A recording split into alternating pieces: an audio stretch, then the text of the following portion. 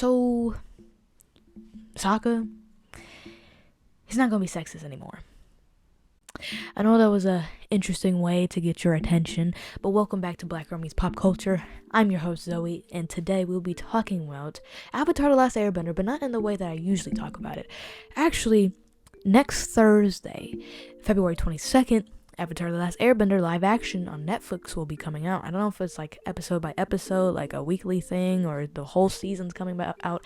Haven't necessarily looked into that because I want to be surprised about what I see when I watch it.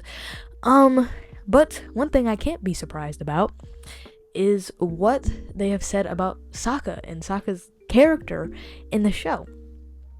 Recently, it's been a whole thing in the news, but recently the actress that plays Katara and the actor that plays Sokka made some comments. I'll read them to you. The actress that plays Katara said, "I feel like we also took out the elements of how sexist Sokka was." Talking about making changes to the show. She said, "I feel like there were a lot of moments in the original show that were iffy."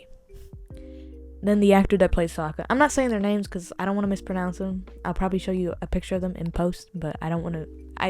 First of all, I hate it when people mispronounce my name, so I'm sure these people hate their name being mispronounced. Anyway, so the actor that plays Sokka said, "Yeah, totally." There are things that were redirected just because it might play a little differently in live action. Now, that last sentiment, I can understand.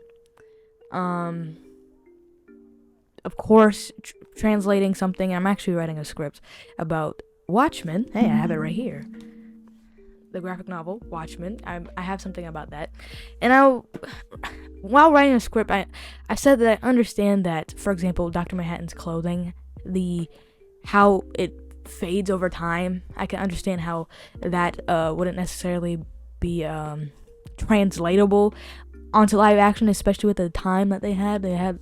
I mean, the ultimate cut is like 3 hours and some change. So I can understand why you wouldn't want to necessarily add that to the film. I get it. However,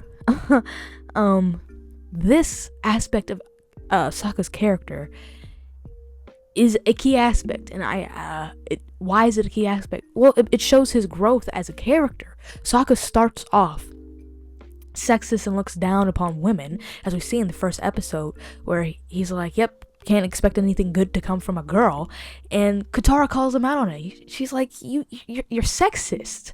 You know, they legit say that in the show, and I mentioned on my podcast. I was kind of surprised that they said that, but yeah, you're sexist. That's what she says to him, and it isn't until about episode 4, I believe that's the episode titled "Warriors of Kyoshi," where Sokka starts to learn his lesson that he is being sexist, because he's the warrior in his village. Right.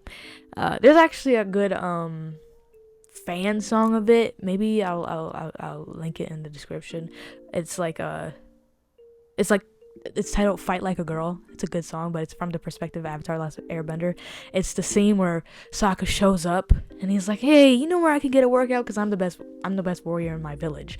And they have a whole song about it. And it's tough. It's cool, but it doesn't take away from the show.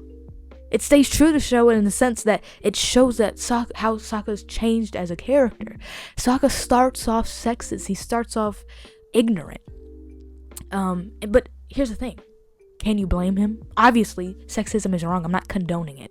But growing up in the way that Sokka grew up, you can understand why. He was the only man in his village. All the men, they left, so he had to be a man.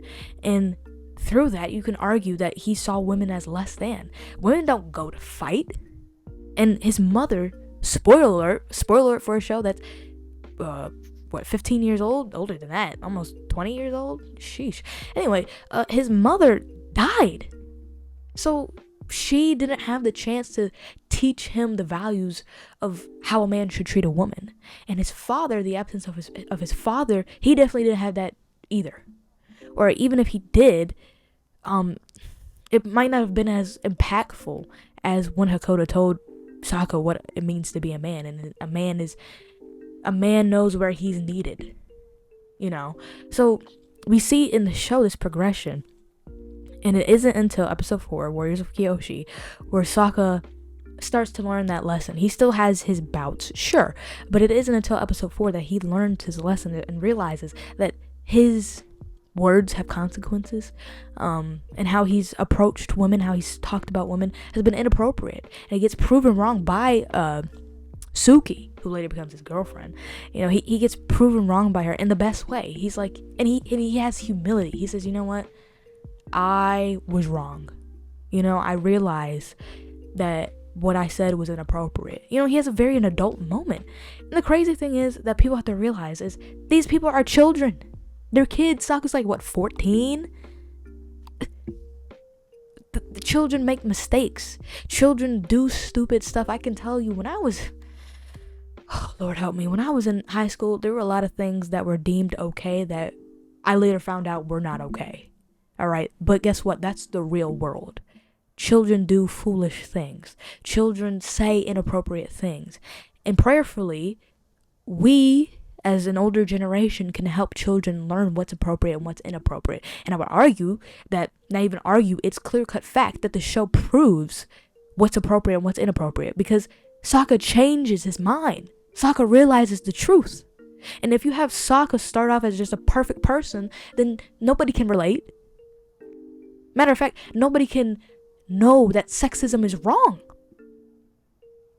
If they don't see Sokka realize that lesson themselves, maybe they are sexist. And they see Sokka, a character that they may or may not admire, and they see him change his mind, repent, if you will, have a change of mind. And they say, I want to have a change of mind too. Sokka made me realize that this behavior is inappropriate. Therefore, I'm going to change like Sokka. I'm going to be a better person like Sokka. Now, is Sokka perfect? No. And that's the whole point. He's not supposed to be perfect. He's supposed to make mistakes. If Sokka's sexism wasn't addressed in the beginning of the season, then it would have meant nothing towards the end when we have Master Paku be sexist towards Katara. And it makes sense because they're both from the same tribe. They're from the Water Tribe, just the Southern Water Tribe and the Northern Water Tribe. So you can see how they branched off and yet still kept some similar customs. And also, about the show, here's the thing. The most powerful characters, save for Aang, are women. Katara, Toph, Azula, Ty Lee. Are you serious? The most powerful, Yue, she becomes the moon. My first girlfriend turned into the moon.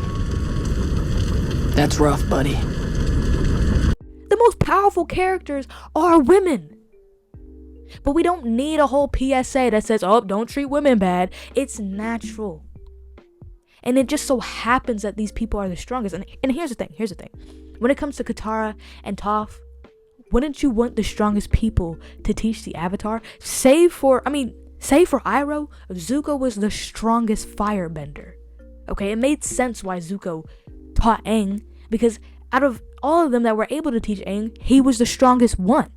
And with the Agni Kai, it proved even more that Zuko was stronger than Azula, because Zuko's heart, he had his heart in check, but Azula was having a mental breakdown. She was not prepared for a fight. All her tactics weren't working, right?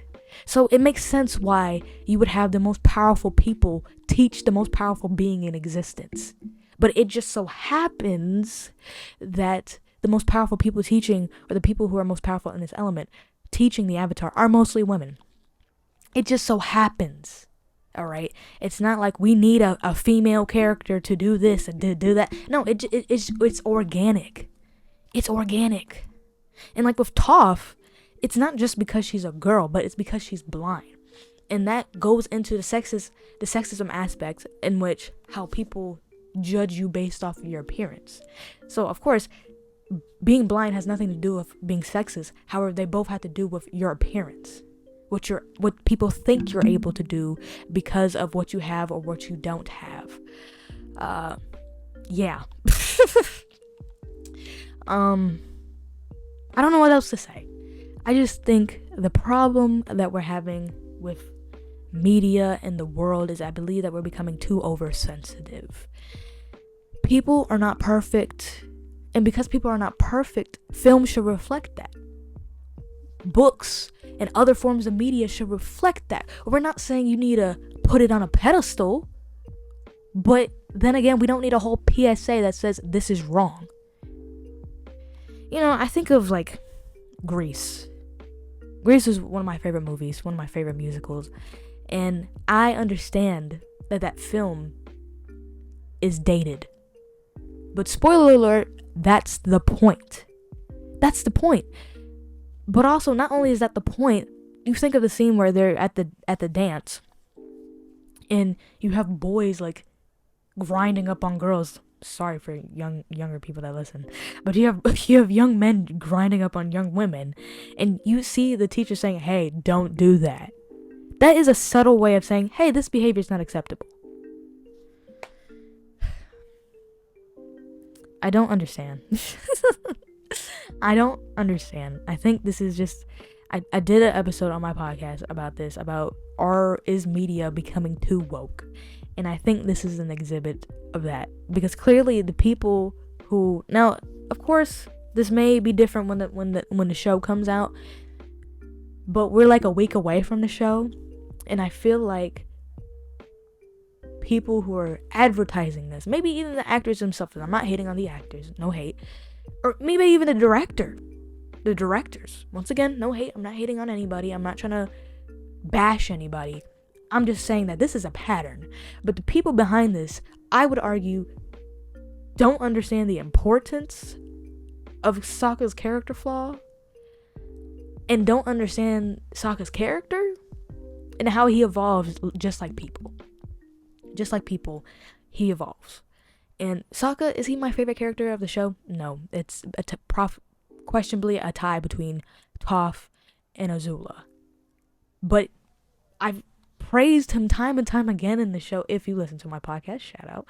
I've praised him time and time again for his behavior and stepping up and the subtlety in the script of how Sokka truly is a leader. And the subtlety of Sokka's character progression. But I think I'm going in circles at this point. Sokka needs to be sexist, but he doesn't need to say sexist. Because that's life. We live in a world where people do things that we don't like. However, that doesn't mean that people can't grow from them. And when you water down reality, it is no longer reality. It's fake. It's fabricated. And that's a problem.